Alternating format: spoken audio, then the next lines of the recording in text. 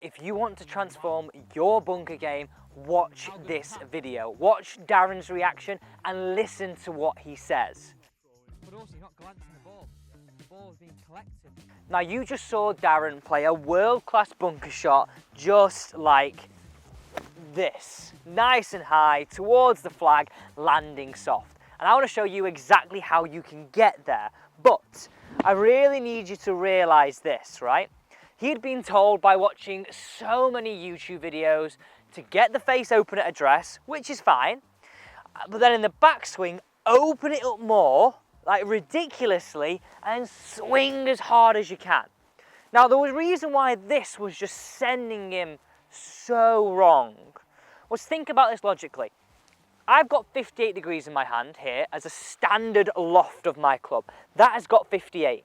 If I open it up, I might be making that then, let's just say around number 65 degrees, for example, okay? If I then open it even more, I'm making it 70 degrees. So really, really open. Essentially, the more open your face is, the harder you've got to hit to just move the golf ball. Like look, if I do what Darren did here, best case scenario, I just popped it out, but he was leaving it in the bunker. Let me talk you through the setup and the process I use with Darren, something you can use in your swing. So let's have a look at these two examples. On the left side of the screen is the setup and the release pattern I'm going to show you in this video. But on the right is where Darren started. Plus I've got some great bits of the live lesson so you can really hear some great dialogue between me and Darren. Now, I want to pick out a few things here. Let's zoom in on the right hand side. Look how open my face is. And that's what you've been told on YouTube to do all the time. Open it wide open. Now, it's not always the best advice in my opinion. Have a look at it here on the left. Face is still open, but I would say a lot more square. Now, I'm going to pick out some key points in the golf swing and think about what you're doing here. Look at the right hand side of the screen. As I take this club back, have a look at how my wrists hinge and cup to open this face really so much.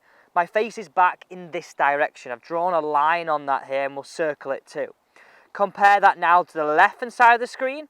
Look at the differences in this club face.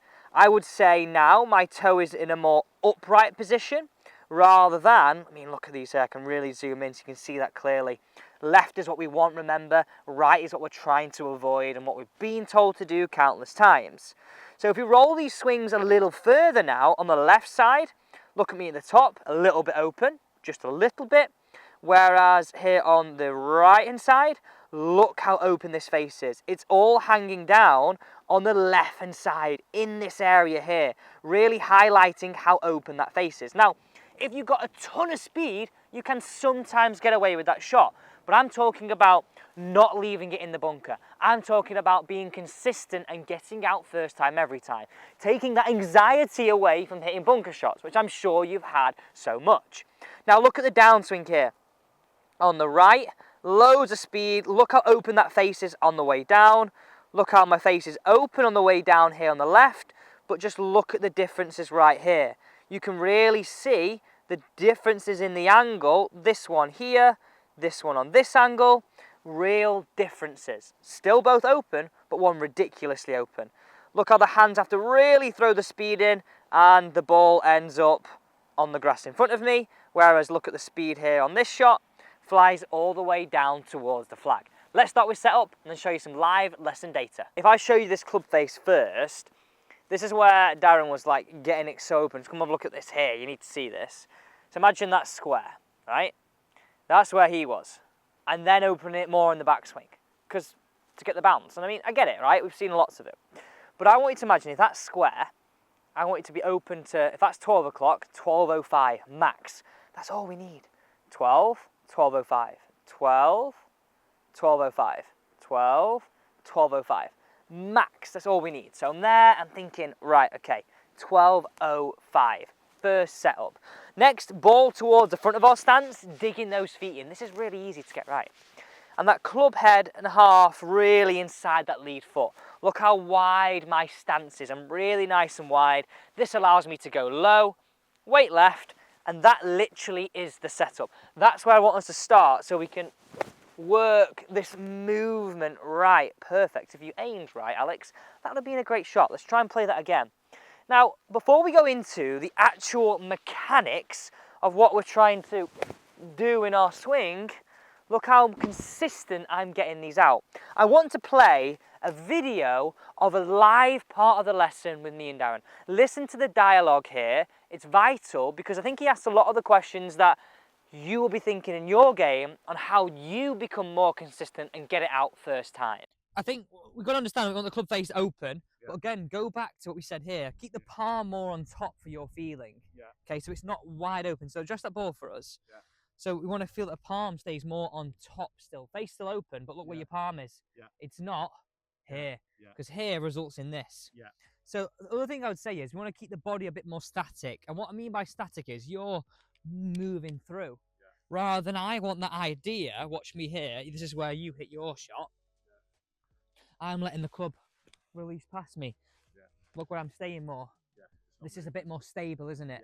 Yours seems a bit more of a, almost a heave with the body. So just that again for me, Darren. Just get that ball in here. I like the setup. I like the face open. I like the wide stance, sitting down in the shot. We're feeling that we're keeping a bit of a squarer face, still open, but squarer. We keep this release more here. And this chest, feel the chest stays more at the ball. Have a few practice swings for me of that. Yes. Okay, you can get a bit more club head speed there rather than shunting the body through. Go on, give me some feedback. What does that feel like? Yeah. Bit open that one that time, bit too open. So show me that again, halfway back, pause. Good, that's what I want it to be. Right, now play that shot for me.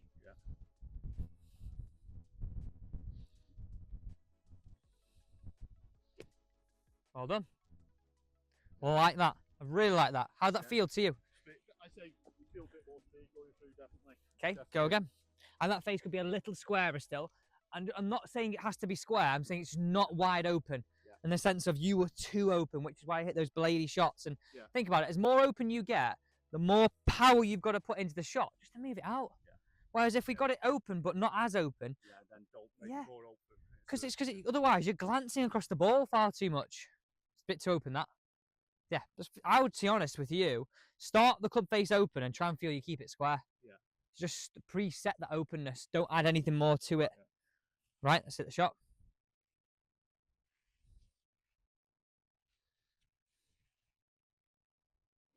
Wow. How good is that?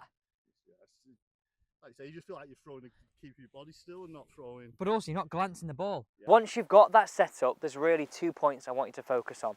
Halfway back, I want you to feel the toe is up into the sky. Think about back to that analysis that we had, okay? That's the first point I want you to check. So you might feel a little bit of cupping of this lead wrist to allow that to happen, but you shouldn't need excessive amounts, okay? You shouldn't need excessive. You might feel a little bit of cupping to get the toe working up. So look at that there, a little bit of cupping in that lead wrist just to get that toe working up here. That is going to allow us to access the bounce just enough. Now, imagine there we swing a little bit longer back, so we'd go sort of here. On the way down, I want the club to work this way. Let me do that again. The wrist to unload down and the loft to point back at you. I call it like the smiley face release, just simply because I imagine there's a face on that golf club there and I'm imagining it's coming back at me, okay? Look at that there, you can see the face, whereas in a normal full shot, we'd sort of release it that way. I can't see the face. It's not the smiley face release. So just have a few practice. I mean, you can't hit the sand in the bunker, I realise that, but just get that feeling. Working toe up, smiley face back at you. And it really just feels like you're boof. You're slinging that club head past you. The lower half and the body staying quite quiet. I feel it quite a wristy move here.